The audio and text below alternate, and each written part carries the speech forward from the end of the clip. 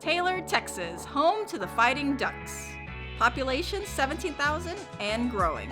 Located 30 miles northeast of Austin in Williamson County, the city has been a quiet agricultural town for decades. But times are changing. Since Samsung's 2021 announcement that it's building a $17 billion state-of-the-art semiconductor manufacturing facility, the town hasn't quite been the same. As high tech comes to Taylor, at the core of Taylor is community. In this three-part series, we focus on what makes the city tailor-made. Welcome to Taylor, Texas. I'm Calily, and as you can see, I'm here on Main Street in downtown Taylor, Texas. Just a few miles north of our Austin facility and just stone's throw away from their Taylor plant being built on FM 973. And as the new neighbor in town, we want to be a great neighbor. But what does being a great neighbor mean? It means being a part of the community. It means giving back to the community, and it means understanding what this community is all about and what makes Taylor special. So I couldn't think of a better person to tell me and you what Taylor is all about than the amazing and very notable Tim Crow. We've seen several honks down this street for you.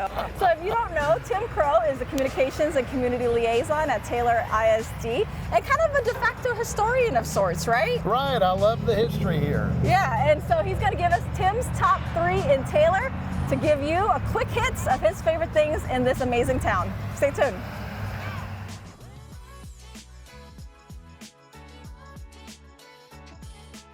Wow, we have made it inside. Yes, welcome to the Duck Room. The Duck Room Museum. Yes. I can smell the history in here, can you? Oh, there is so much history here. Over 100 years of history of the Taylor schools. Yeah, and Taylor ISD started in 1884, That's right? correct. And the Duck Room Museum started out of an organic... Yes, just collecting memorabilia, and when it got big enough, the Duck Room was born. Right, so tell me, we're obviously in a former school building. Right. So tell me your history with the Duck Room Museum and why this place, an actual building itself, holds a special spot in your heart. When this was a school, I was here for 8 years at this building. At first as an assistant principal and then as a principal.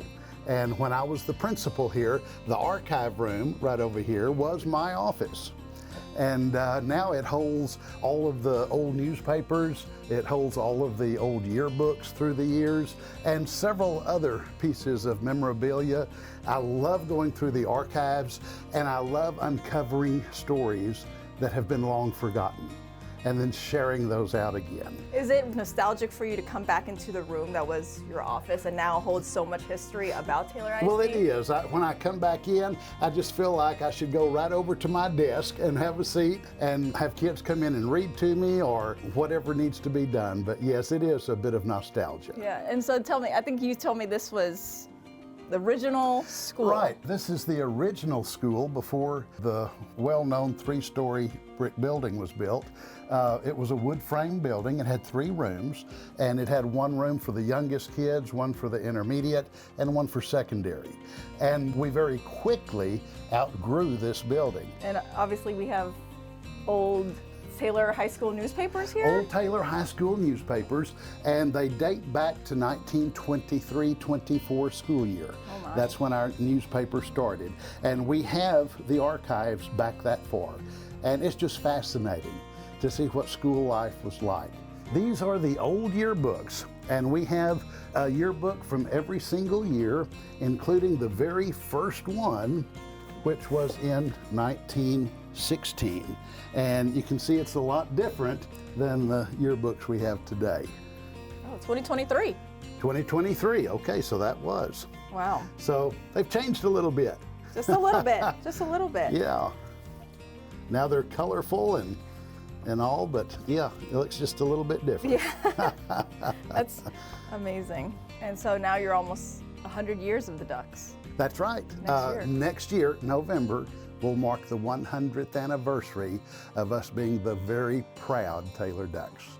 So you were talking about the Ducks becoming the mascot in 1924. So tell me about Waddles. Waddles is a costumed student part of the cheer team. And Waddles is the main attraction at any event. The costume has changed a little bit over the years, but a huge hit at all the games. Waddles shows up at events at the elementary schools, events in the community, and kids especially just flock around Waddles. And so that's a huge source of our school pride as well. In 1936, when Phil Pierce was our mascot, at that time, the mascot was a younger boy that was dressed just like the football players and would run out with them onto the field. He would lead them out before the game as they made their entry onto the field.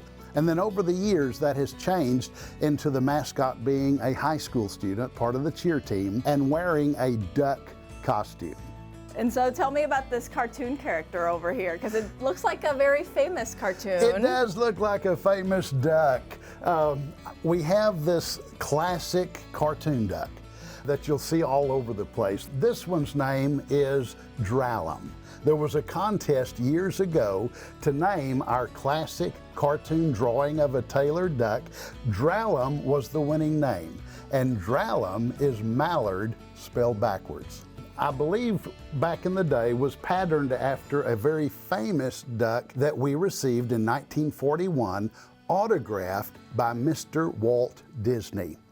Mr. Disney had found out about this hugely successful football team in Taylor, Texas. There was actually a reporter in San Antonio that alerted Walt Disney to the Taylor Ducks, the amazing success they were having, and said, I think it'd be really cool if you could send an autographed duck to them. And so Coach T.H. Johnson received an autographed duck in the mail from Mr. Walt Disney in 1941, and it's autographed, "Greetings to the Taylor Ducks, Walt Disney." And then you were mentioning one of the superintendents of your school district that has a school named after him as well? Yes, Mr. T.H. Johnson came to Taylor in 1926 as assistant to Coach C.R. Drake. He came here as a football coach and as a teacher. And he coached for about 21 years, and he became the head football coach. And during that time, his team had several unbeaten seasons. They had like a 30-game winning streak. Oh, wow. It was just amazing. We're now headed into, seems like the athletic room. It is. All these Letterman jackets. Letterman jackets, trophies, a lot of success is showcased here in this room. So tell me about this person who I think everyone saw on the Olympics a few years ago. That's right. He's pretty famous worldwide right now. Fred Curley is a silver medal holder in the most recent Olympics, and Taylor is sure proud of him. And I think this is a good example of how all that we've talked about with the heritage, people who have gone on to do great things, it's not just a part of our past. It's not just a part of history. It is continuing today. And so this museum and all the things we do with our exes, all the memorabilia, all the historical things we do, remembering those who have gone before, all the famous people who have come from Taylor and have gone on to make a difference in the world. That's all part of our heritage. And so anything that we can do to remember that and be proud of it and to pass that on so the next generation is equally as proud of where they're from, I think is really important.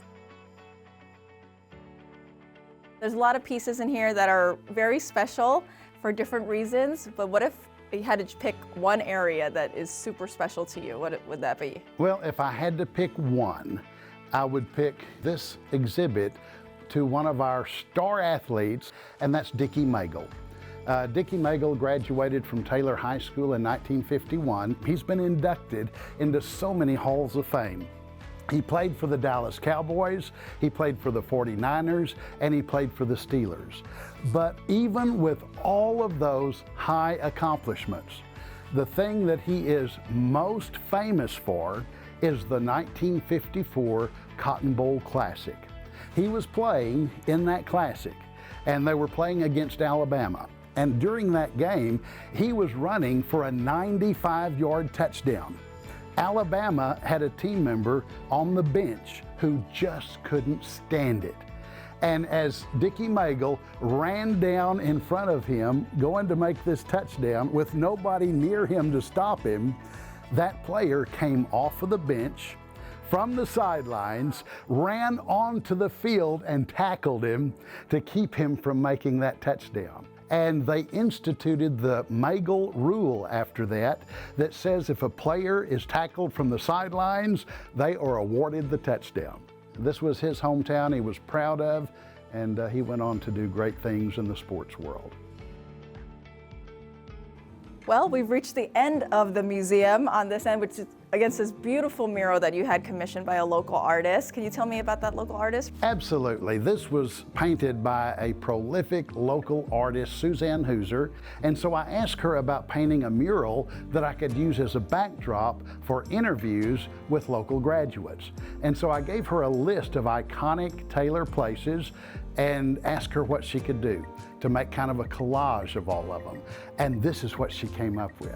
And it's a great encompasses all of Taylor. It has the Highway 79, it has the train tracks, which is a huge vital economic driver for Taylor through the years. I think it's absolutely beautiful and it's a great backdrop. She did outstanding. I'm so proud of it. So obviously the Duck Room Museum is available by appointment only. That's so correct. If people are interested in coming and checking out, I know you do a lot of tours for schools and teachers and groups like that, but a regular person, if they're interested with a smaller tour group, they can come. Absolutely, and even an individual, we are proud to show this off, whether it's one person or a group of 20 or whatever it may be. We are happy to schedule tours of our Duck Room Museum. Yeah, and I'll include the information below on a link and the information where you can email Tim and the other coordinator of the museum and view all the amazing things the Duck Room Museum has about the Taylor ISD history. More than 100 years of history right in this small building alone, this former school. So yeah, check it out, the Duck Room Museum, the next time you're in town.